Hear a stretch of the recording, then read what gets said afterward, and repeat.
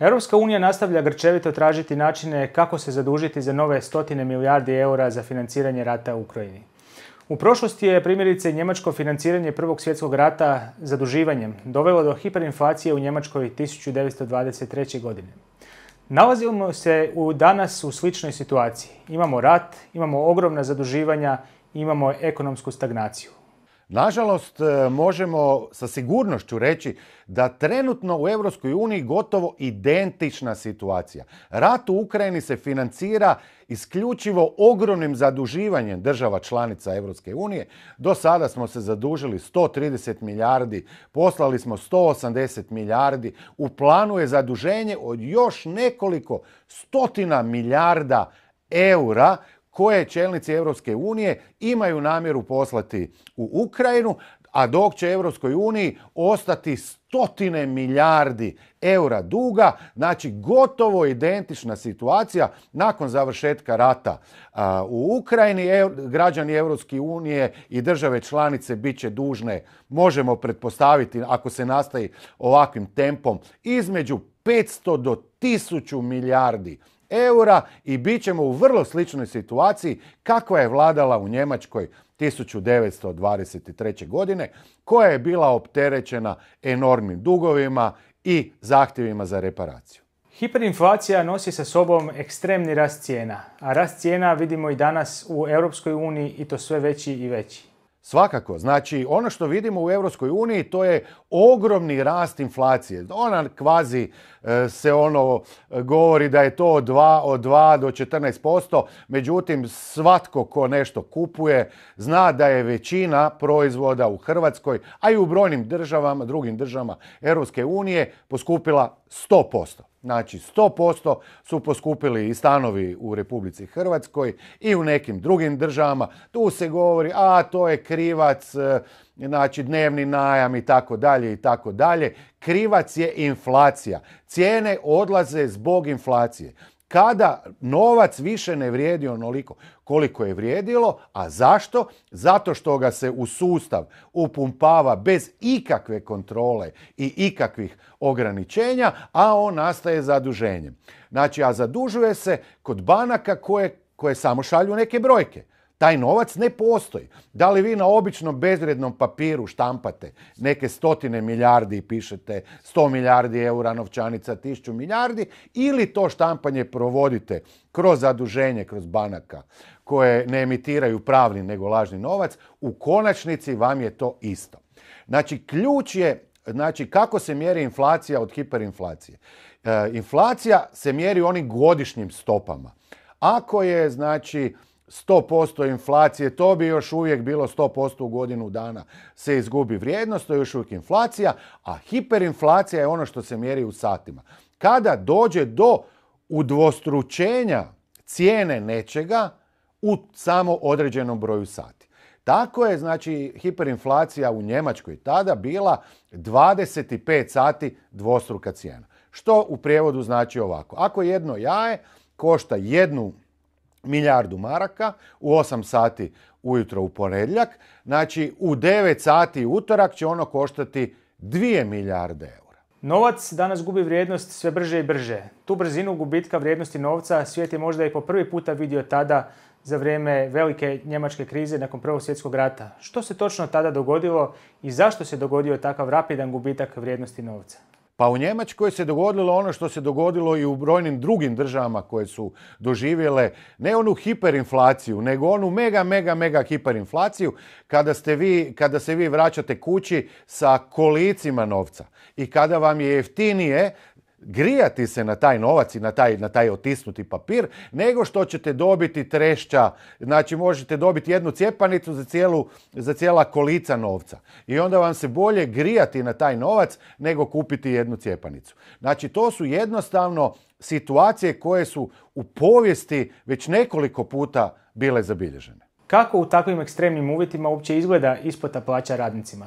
Čemu nas povijest uči? Znači, radnici su često primali plaće i 2 puta dnevno ili 3 puta dnevno. Zato što, znači, ako imate inflaciju koja vam 24 sata pojede cijelu plaću. Vi ste, znači, dobivali plaću u 8 ujutro, trećinu plaće, za taj dan i odlazili u trgovinu. I u trgovini kupili jedan kruh, pola jaja ili pola tenisice i tako dalje. Za 3 sata biste došli po drugu polovicu tenisice. Znači, to je jednostavno bilo tako. Meni je prijatelj pričao kako je to bilo. On je proživljavao osobno u jednoj državi tu mega inflaciju, gdje je on došao bi u dućan, iako nosi broj 43, on bi kupio čizme za blato, one gumene broj 46.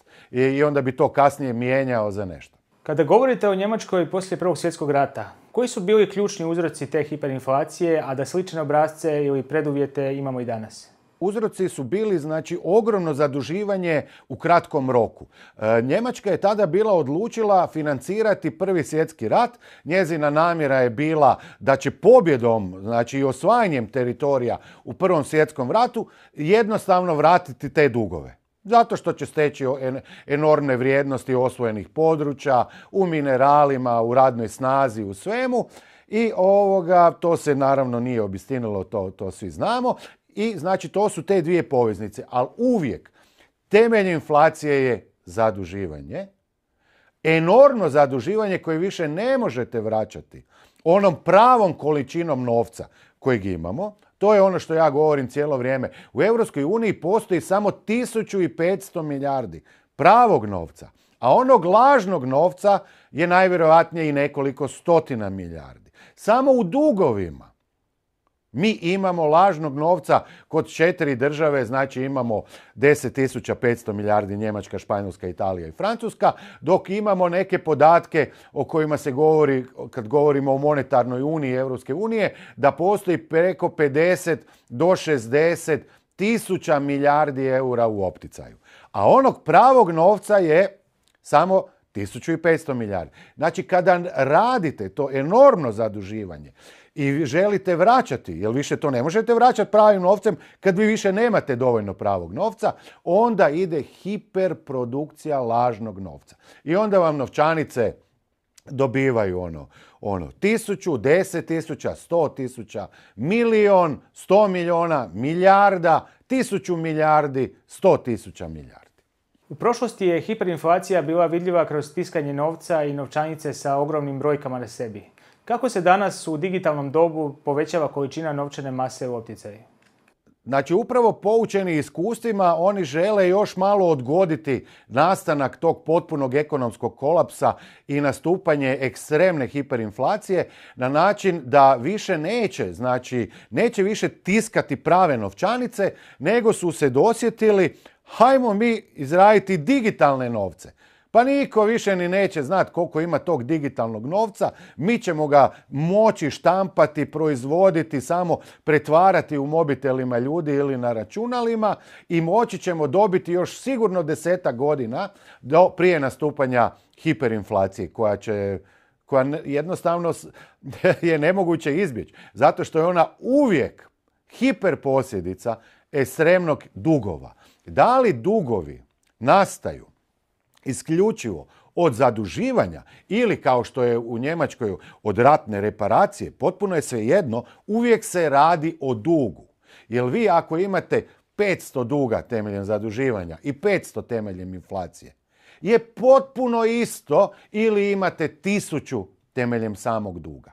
Zato što vi vašom proizvodnjom i vašom ekonomijom ne možete podnijeti tih 1000. Koji društveni slojevi najgore prolaze u inflaciji u situaciji kada gotovi novac gubi svoju vrijednost ogromnom brzinom? Srednja klasa i umirovljenici, znači, su oni koji su, hajmo reći, više nastradali u Njemačkoj 1923. kao i u svim drugim razdobljima teških inflacija, zato što i njihove plaće i mirovine su postale bezvrijedne. Oni koji dio stanovništva koji je imao, znači, hipoteke, stanove, kuće, nekretnine, neki od njih su profitirali zato što je bilo iznimno jednostavno vratiti dio tog potraživanja, dio ostatka duga i možemo reći da je njima ta hiperinflacija pogodovala. Međutim, tu možemo govoriti o jednom manjem dijelu, jer većina onih koje je zatekla ta hiperinflacija sa kamatama i dugovima nisu imali ni djelić toga da bi platili ratu. Nisu mogli. Jer nisu imali nikakve izvore prihoda, jer su ostali bez posla. Njihova radna mjesta su ugašena. Znači oni nisu imali apsolutno nikakav prihod da bi mogli platiti i tu obezvrijeđenu ratu, pa su i ostali bez tih nekretnina. Znači i danas se ljudi raduju hiperinflaciji i to i misle kako ću ja sa frtalj plaće moći plaćati ratu kredita. Ali velik je upitnik. Ogroman broj ljudi neće imati radno mjesto, jer će radna mjesta biti izgubljena i neće imati nikakvu plaću da bi mogao platiti i četvrtinu ili petinu vrijednosti te rate. Hiperinflacija i ekonomska kriza koja nastaje uvijek dovodi do političkih nestabilnosti. Na povijesnom primjeru upravo te Njemačke u 1920. godinama, kakav je učinak na stanje u državi imala ta hiperinflacija? Ekonomska kriza u Njemačkoj tih godina je dovela do enormnog uspona socijalističkih ideja i samog socijalizma u Njemačkoj. Znači, Njemačka je 1919. je osnovana Njemačka radnička partija, koja 1920. mijenja ime u svima poznatu nacionalsocijalističku radničku partiju Njemačke, koje 1921. dolazi na čelo Hitler. Znači, sam uspon Hitlera je bio temeljen na bazi razvoja, ogromnog razvoja socijalizma i ogromnog uspona socijalističkih ideja tijekom velike, naravno, krize, jer tada, znači, radnici, zemljoposjednici i tako dalje, naravno da im se sviđaju socijalističke ideje koje je tada izrazito promovirao Hitler. Nove generacije se ne sjećaju inflacije u Jugoslaviji krajem 80. godina i ona je godinama služila kao primjer da je Jugoslavija bila duboko ekonomski bolesna država. Danas, kada i Europska unija ima visoke stope inflacije, ta jugoslovenska inflacija se sve manje spominje. Mi koji imamo više od 50 godina dobro se sjećamo i onih početaka krize iz 1980. godina u Jugoslaviji, par, nepar, šećer, odlazak po kilu kave i riže u Italiju ili Austriju, i to oni koji su bili srednjeg sloja. Znači, 1980. godine u Jugoslaviji dogodila se ogromna inflacija, ogromna. Gospodarska kriza u 1970-ima, koja se nastavila kroz 1980. dovela je do inflacija koje su se prvo u desecima postotaka izražavale, dok bi 1988. ta inflacija došla do 194%. Dakle, 1998. godine inflacija u tadašnjoj SFRJ je iznosila 194%. Dok bi 1989. godine, znači godinu dana prije rata, u Jugoslaviji inflacija iznosila 1255%. Što se s tom inflacijom dogodilo nakon početka rata i raspada Jugoslavije? Raspadom Socijalističke federativne republike Jugoslavije i početkom ratova donijeli su do potpunog monetarnog sloma sustava, znači koji se pogotovo očitovao u Saveznoj Republici Jugoslaviji, koji tada su činile Srbija i Crna Gora. Znači, u razdoblju od 1992. do 1994. vrhunac godišnje stope inflacije iznosio 19.800%, a dnevna stopa inflacije iznosila 65%. A cijene, ono što smo rekli da je u Njemačkoj bilo udvostručenje u 25 sati, u Njemačkoj 1923. 1992. u SR Jugoslaviji je udvostručavale se cijene svakih 34 sata. Povijesni izvori pokazuju da je uvjerljivo najgori slučaj hiperinflacije u povijesti imala Mađarska 1946. godine. Je li to jedan od razloga zašto je Mađarska danas protiv novih dugova, protiv ratova i isključivo razmišlja o proizvodnji? 1946. godine, znači nakon kraja Drugog svjetskog rata, imamo samo ogromne dugove. Mađarska valuta, koja se tada zvala pengo, mjesečna stopa inflacije u srpnju 1946. godine iznosila je nevjerojatni, pazite sad ovo, kakva je to brojka i kakav je to postotak. 41,9 kvadrilijuna posto. Kvadrilijuna posto. Kakav je to opće broj? Znači, to je broj koji, da ga probamo dočarati, glasi ovako. 41,9 i onda nakon toga 14,0. 14,0. Znači, dnevna stopa inflacije nadmašila je i onu stopu inflacije u Njemačkoj 1923. i SR Jugoslaviji 1992. Znači, kad su se cijene u prosjeku udvostručavale svakih 15 sati. Najveća novčanica tada Mađarska nacionalna banka je izdala u nominalnom iznosu od 100 kvintilijuna penga. To je brojka 100 praćena sa 18 nula. Iako je novčanica od jednog sekstilijuna pengova bila tiskana, ali nikada nije puštena u opticaj. Znači, to su nevjerojatne stvari koje se događaju u satima. Nekoliko puta sam govorio koliko je potrebno za slom banaka. Tu se radi o nekoliko sati. O nekoliko sati.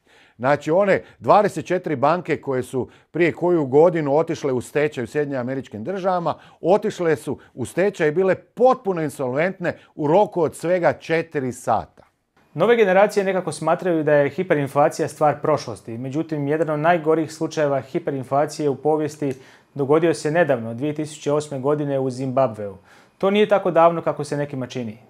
Da, u pravu ste. Zimbabve je 2008. godine u studenom doživio vrhunac inflacije. Znači, ovu brojku za koju smo svi mi vjerojatno prvi put čuli u životu, koja se odnosila na mađarsku inflaciju 1946. Zimbabve je to doveo do iznosa od 89,7 sekstilijuna % inflacije godišnje.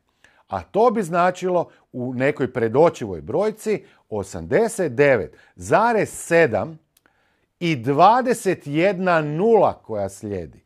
Oni su imali novčanicu od 100 trilijuna dolara. Jedno jaje je, kao i u Njemačkoj, onda koštalo 1 milijardu dolara. Znači, to su nevjerojatne stvari. Te stvari se događaju u danima. U danima. Cijelo vrijeme govorim, Europska unija i Hrvatska moraju se prestati zaduživati u takvim iznosima. Nije normalno, građani moji, vjerujte mi, da nije normalno da stan koji je koštao 1000 eura, vi sada želite platiti 4000 eura po kvadratu. Taj isti stan. Znači, samo godinu dana kasnije. Znači, ja razumijem vašu potrebu za time, ali ta vaša potreba i to dizanje kredita, to bildanje te mase nepostojećeg novca kod banaka i to ekstremno zaduživanje i u zemlji, izvan zemlje, ono nužno, vjerujte mi, nema drugog puta nego dovođenja do inflacije koja će vam samo biti po 3-4 nule kao što je to već doživljeno u povijesti. Nemojte misliti da to može ići zauvijek. Da ćete vi sad napraviti najveći potez u svom životu, što ćete se na 30 godina zadužiti i kupiti stan po 4000 eura i onda će on vrijediti 8, 16, 30, 40 bez ovih scenarija o kojima smo upravo govorili. To je jednostavno nije moguće. U trenutku zbog te... Znači, što je novac? Novac je povjerenje u njegovu vrijednost. Kada ta vrijednost non stop raste, kao što smo vidjeli, onda više nema nikakvog povjerenja u vrijednost i doslovce tim novcem, nakon što ste popalili parket u stanovima i kućama, na taj novac se grijete jer on jednostavno više nema nikakvu vrijednost. Nikakvu vrijednost. Ekonomija, da bi se ponovno izgradila, potrebna su desetljeća. Desetljeća. Dragi moji građani, pamet u glavu. Nemojte trošiti sumanuto taj novac. Nemojte pristajati na ta enormna povećanja svakodnevnih. Cijena svega, znači ono kutija keksa košta danas u Hrvatskoj koja je koštala 14 kuna, ona danas košta 56 kuna kad prevedemo, znači godinu i nešto kasnije. Znači mi smo već sada u galopirajućim inflacijama. Već sada. Znači, neće cijena keksa dovesti do uništenja, znači, ekonomije, niti Hrvatske, niti Europske unije. Ali će enormno zaduživanje, enormno printanje tog novca. Jer vama da nije taj novac isprintan, da vama nije došlo do duplo veće plaće, znači ono digitalno isprintan, pa vi ne biste mogli kupiti te kekse za 60. Ali keksi će ići na 120, vi ćete stalno vršiti pritisak na vladu. Joj, te plaće su nikakve. Pa vratimo se prije 10 godina, šta biste dali za 50% ove plaće? Sve biste dali. Ali s obzirom da je to stalna utrka koju se ne može pobijediti, već isključivo izgubiti, to je put koji nas vodi sve zajedno u propast i ekonomsku, sigurnu ekonomsku kataklizmu. Mnogi građani već danas kažu da imaju osjećaj da se euro po kupovnoj moći izjednačio sa nekadašnjom kunom i da su prije s puno manje plaćama mogli kupiti jednako ili čak i više. Je li to samo osjećaj ili su službeni podaci o stopama inflacije nevjerodostojni? Vi možete manipulirati apsolutno čime god hoćete. Znači, ugurate, kažete unutra u košarici su, 200 prehrambenih proizvoda. Ali to nisu proizvodi koje ljudi kupuju. Znači, to jednostavno nabacate 90% proizvoda koje nitko kupuje, nitko prodaje, ništa. Znači, vi možete stvoriti potpuno istinit, a lažan. Znači, kako se za statistiku često zna reći. Znači, točan zbroj netočnih podataka. Znači, to je to. Znači, kad vi u inflaciju stavljate ono što niko ne kupuje. Ono što građani kupuju, znaju da je danas inflacija znači da su proizvodi 3 puta skuplji nego prije 3 godine. Kada je Plenković lagao, a on je lažljivac, znači on je ogromni lažljivac, jer on nije glupa osoba. On je sve osim glup. Ali je veliki lažljivac, veliki prevarant, potpuno anacionalno biće koje uistinu do morala, pravde i činjenica nikada nije bilo stalo. On je rekao, znači, cijene će u Hrvatskoj kad uvedemo euro porasti za 0,1%. A što se dogodilo? Ogroman broj cijena je porastao za upravo 7 puta. Odnos između eura i kune je bio 1:7,5. Znači, svi se mi sjećamo da prije, ne sa 3 godine, ali ne tako davno, je pizza koštala 16 kuna. Znači, mogla se jedna margarita 14 kuna, miješana 16 kuna, pa je to otišlo na 20 kuna. Danas jedna pizza, to svi znamo, košta 16 eura. Ima, naravno, u Konzumu može i jeftinije. Znači, 16 eura u odnosu na 16 kuna. To je ta realnost. Znači, idemo plaća. Šta vrijedi plaća koja nije stvorena na proizvodnji i ekonomskom rastu? Pa vrijedi upravo ovo što mi danas doživljavamo. Vrijedi ogromnu inflaciju. I imamo stalno nezadovoljstvo. Imamo puno veće plaće s kojima možemo, znači imamo 4 puta veću plaću s kojima možemo duplo manje kupiti. To je to. A ljudi kažu, sad imamo ovo. Imaš dostupnost zaduživanja. Nije tebi pravi novac dostupan. Neka svako ko je kupio stan od 300.000 eura pogleda koliko ima novaca u džepu. Rijetko ko ima 1.000-2 eura. Uopće ušteđevine, to mislim u džepu. Znači, ljudi su zaduženi do nule. Nemaju ništa. Upravo tako je bilo prije svih tih ekstremnih inflacija i svega toga. U svim državama je upravo bilo tako. Znači, sve što su ljudi imali su na dugove, a ne na temelju pravog novca. Sve više država u Europskoj uniji želi ukinuti ograničenje visine vanjskog duga u visini od najviše 60% BDP-a. Tvrde da to nije realno i da se njihove države moraju nastaviti zaduživati iznad toga iznosa kako bi mogle nastaviti funkcionirati. Što takva nadrealna vijest govori o budućnosti eurozone i brojnih država članica Europske unije? Pravilo o zaduženosti od 60% BDP-a, znači 60% od pravog BDP-a, da se to ne smije preći, je upravo utemeljeno na ekonomskim iskustvima. Znači, ekonomska zajednica koja je bila podloga Europske unije je upravo znala sve kako, i zna i danas, kako ekonomija mora egzistirati da bi bila otporna. To je onaj pojam otpornosti. Znači, 60% pravog BDP-a može biti isključivo zaduženje države. Sve preko toga država ne može izdržati i ide u inflaciju i ide u bankrot. To nije slučajni podatak. I što sada? Mi sad imamo, čini mi se, 14 ili 15 država koje su probile tih 60%, od njih je, tu nam je i Francuska i ostale sile, Italija je na 120%. Znači, prema svim onim omjerima, Italija je davnih dana bankrotirala, Francuska je bankrotirala, sve te države su bankrotirale. Međutim, i bankrot se je dogodio, samo što je sad on prekriven lišćem novih zaduživanja. Ali to ne može ići, kao što nikada nije išlo, u nedogled. Može ići samo do točke pucanja. 60% od BDP-a, s time da BDP mora biti stvarni BDP, a ne da se u BDP utiskuju kineski proizvodi, kineska roba i sve i koji čini 40% BDP-a. Znači BDP koji nema nikakve veze. Ne postoji u ovom trenutku nijedna država koja ima istinski BDP, ni jedna, od 60%. Sve su preko 100%, a ove naše države koje sam govorio, Francuska i Italija, one su na 200 i nešto posto. Znači, mi smo pregazili ono što je trebao biti čuvar opstanka Europske unije. Jer kad dođe do ekonomskog kolapsa, znači prvo ide kolaps valute, onda ide ekonomski kolaps i onda naravno ide raspad. Raspad uvijek ide ratom. Mislim, tu nema govora.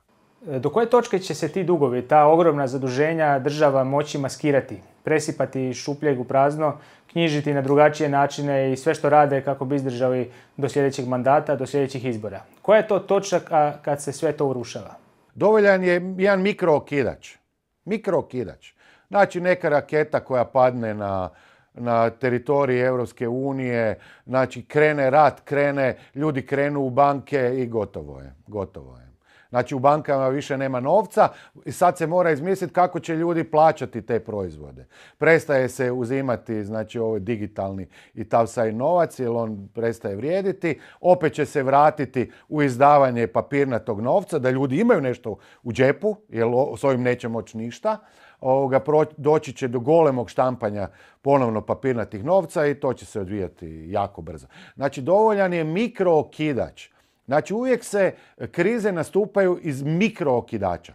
Znači šta se dogodilo u Sjedinjenim Američkim Državama kad su ove 24 banke? Pa ništa se nije dogodilo. Ništa. Znači bio je mali potresić na tržištu ovih kriptovaluta i nekih vrijednosti i ljudi su poželjeli svoj novac povući iz tih banaka. Eto, znači ništa, dovoljna je sitnica. Hrvatska je poznata kao ogromni uvoznik hrane. Kako države bez dovoljno vlastite hrane prolaze u uvjetima hiperinflacije i općenito kriza u sustavima kao što je Europska unija? To vam je najjednostavnije što može uopće postojati. Znači, poljoprivreda, hrana, vi ste uvoznik hrane i šta se događa s vašim uvozom hrane kada dođe do ekonomske nestabilnosti i tih situacija, on je vrlo jednostavan. Znači uvoza nema, niko vam više neće prodati ni jedno jaje, ni komadić kruha, ništa. Vi u svojoj državi nemate hrane. Eto, to se događa. Baš to. Mislim, znači kad je bila ona velika gospodarska kriza, poljoprivredna kriza, kada je propao urod krumpira u Irskoj. Što se događalo u Irskoj? Znači, Englezi im nisu htjeli dati svoj krumpir, nisu im htjeli dati svoju hranu i došlo je do pomora enormnog broja irskih građana. Nisu imali hranu, nema hrane. Znači, vi koji uvozite, ne proizvodite, kad dođe kriza, nema hrane. Šta ćete vi nekom ponuditi? Šta, digitalni euro, papirnati euro? Što ćete mu nuditi? Nećete ništa. Znači, hrane neće biti. Kraj priče. Po vašoj procjeni, jesu li građani i koliko su svjesni mogućnosti nekakvog crnog scenarija u nadolazećim godinama? Vidimo da stalno rušimo rekorde potrošnje, da se svake blagdane potroši nekoliko milijardi eura više. Osjećaju li se građani sigurno u ovom trenutku da će se količine novca nastaviti povećavati? Većina nije niti približno svjesna ničega. Znači, većina ljudi je potpuno apolitična. Znači, oni govore, a mene politika ne zanima, ne prate ništa. Jedino, znači 50% ljudi ne prati apsolutno ništa. Nema nikakvog doticaja sa nikakvim činjenicama, događajima, niti u ekonomiji, niti ratovima, ničim. Znači, ne znaju ništa o ničemu. Onda imamo jedno 30% ljudi koji se informira isključivo preko mainstreama. Znači, oni također ne znaju ništa. Zato što većina svih tih informacija je potpuno lažna i pruža potpuno lažnu sliku. Oni će ponekad i objaviti neku činjenicu, ali će je onda kasnije u bezbroj članaka i tako dalje prikazivati sasvim drugačijom kao nebitnom i tako dalje i tako dalje. Znači, to vam je... Znači, evo, ajmo, ratna situacija. Imate Pokrovsk, koji vam je godinama, znači godinu dana prikazivan kao izuzetno važno prometno čvorište u Ukrajini. Sad kad ga Rusija osvaja, znači su desetine članaka intervjua kojim se Pokrovsk, znači taj isti grad, proglašava potpuno strateški nebitnim i da to nema veze s ničim. Znači, tako vam je i sa ostalim činjenicama. Znači, nažalost, većina ljudi u Hrvatskoj, ni tako nije u zapadnim razvijenim državama, smatra da je politika nebitna. I onda oni govore, da nema političara i politike, svijet bi bio ljepši, sve bi bilo bolje. Znači, ljudi ne razumiju, znači, temelj postojanja civilizacije i društva. Znači, oni misle, zdravstvo bi bilo bolje, sve bi bolje se upravljalo. Ne znaju da zdravstvo bez političara ne može biti. Ne može biti niti škola, ne može biti ni cesta, ne može biti ni zakona. Da tad postoji samo onaj jedan jedini zakon. To je zakon jačega. Onaj koji ima jače oružje nego vi će uzeti sve to što vi imate. I vi nećete za 15 minuta imati ništa jesti niti čime se braniti. Znači, bez političara nema društva. Ne može biti društva. Šta, vas 10 u kvartu će se dogovoriti pa ćete imati bolnicu, pa ćete imati vrtić i vi ćete to sve kako financirati. Znači, to je jednostavno nepoznavanje, temeljno nepoznavanje načina i sustava funkcioniranja svake civilizacije. Znači, u pećinama su postojali prvi političari. Znači, onaj koji je bio glavni u pećini je bio političar. On je tada koristio onaj jedan jedini zakon. Zakon jačega. Sve životinje i dan danas imaju politiku temeljem tog jednog jedinog zakona. Ko će imati čopor vukova? Najjači vuk. Ko će imati čopor lavova? Najjači. Ko će imati čopor bizona? Najjači bizon. Ko će oni nama najbliži primati? Ko će biti vođa čopora? Biće najjači majmun, najjača gorila. Znači, zaboravite to u što su vas ufurali da može postojati svijet bez političara. Može, ali tada, znači, majmuni nemaju nikakvu odjeću, majmuni nemaju nikakve automobile, majmuni nemaju niti bicikle, majmuni nemaju ništa. Goli su i bosi su i imaju tog vašeg život bez političara. Znači, ljudi moraju shvatiti da je politika najvažnija na svijetu. I da šta je politika? Politika je demokracija. Demokracija koristi zakon jačega, ali samo ponekad i u nekim situacijama. Dok je ostalo, imate pravo birati kuda ide vaše. A šta radi 50-60% građana Hrvatske? Ma ne, mene to ne zanima, mene šta briga. I onda kad dođe hiperinflacija, kad će ljudi ostati bez svega, kada će 700.000 građana Hrvatske biti izbačeno iz svojih stanova, iz svojih kuća, bez ičega, kada će najcrnje misli će im biti u glavama, onda će oni misliti što će misliti. Evo, ja ne znam što će onda ljudi misliti.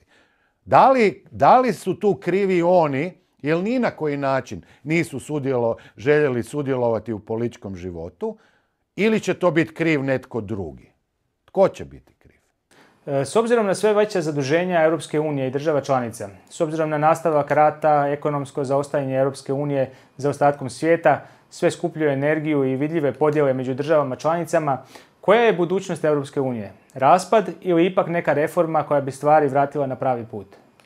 Ako nastavimo ovim putem još, ne treba tu puno godina, još 4-5 godina, jer se Europska unija sad u ove zadnje 3 godine zadužila, to je svemir u odnosu na što se zadužila prije. Dapače, prije zaduženja Europske unije nije niti postojalo. Jer zašto bi se zaduživala Europska unija? Što je sumanuto. A danas se zadužuje u stotinama milijardi. Znači, nekoliko godina je potrebno da mi dođemo do kraja ovakve ekonomije, da dođemo do uništenja eura, do hiperinflacije, ali sa ogromnim dugovima. Jer će dugovi biti na državama članicama. I onda ćemo ponovno biti u situaciji kada će države zahtijevati, to neće tad biti reparacija, nego će biti, jer rata još neće biti, nego će biti Njemačka. Pa ja zahtijevam od tebe, Hrvate, Slovencu, pa ajde, plati. Plati dio duga. Šta mene briga što ti nemaš? Nemam ni ja, plati. Pa neće moji građani plaćati za tebe. I onda ćemo doći u situaciju kakva je bila u povijesti.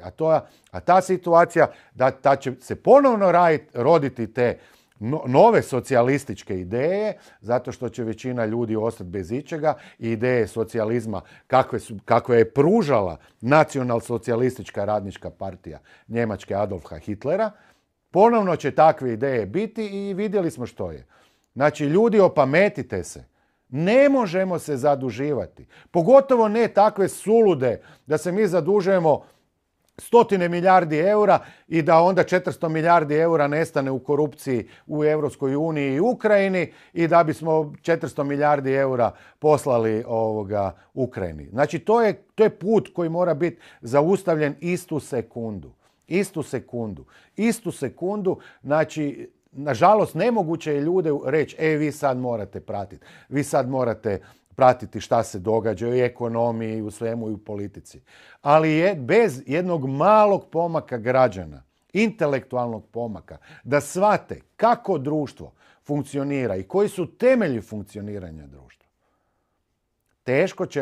teško ćemo izbjeći to što nam slijedi. A to će dovesti, znači, apsolutno raspad, znači siguran raspad Europske unije, svaka država za sebe, ali sa enormnim dugovima. Države u dugovima jako jednostavno i brzo započinju ratove.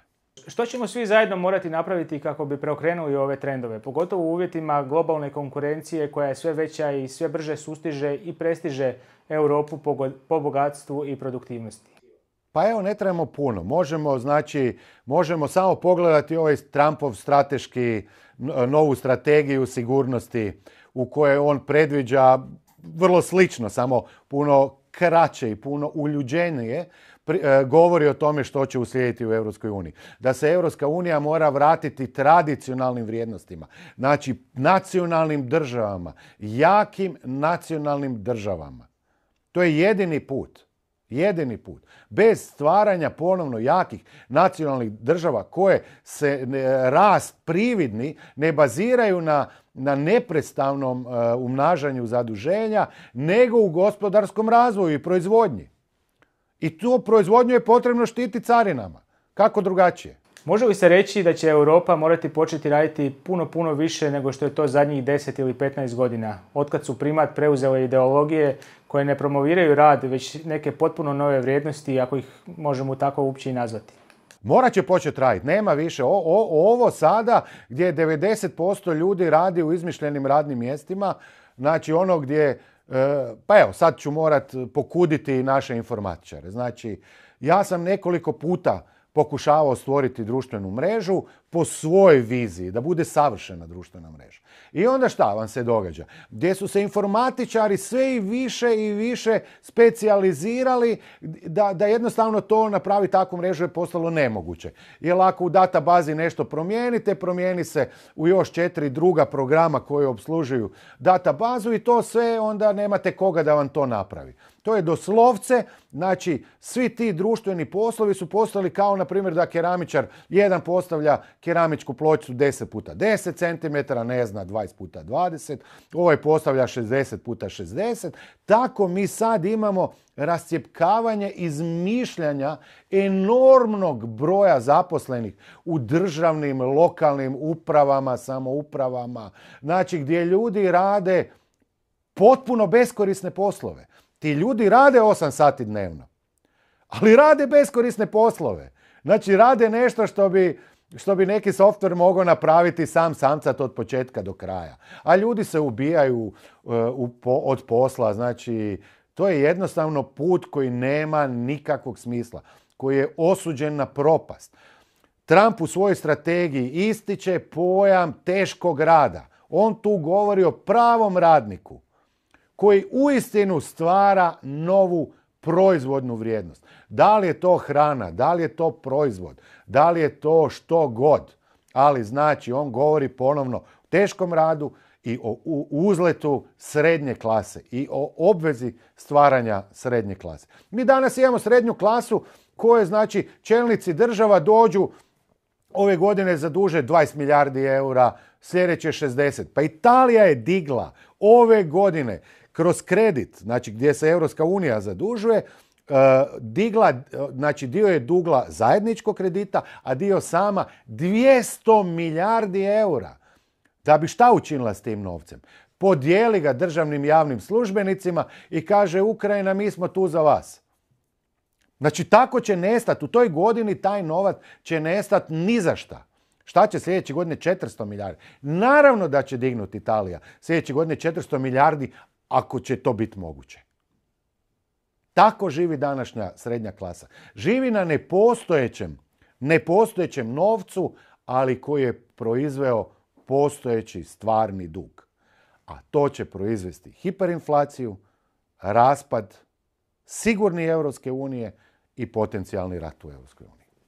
Odnosno u Europi. Hvala vam na ovom razgovoru, a mi nastavljamo pratiti važne društvene i ekonomske teme jer svijet se mijenja iz dana u dan. Hvala i vama.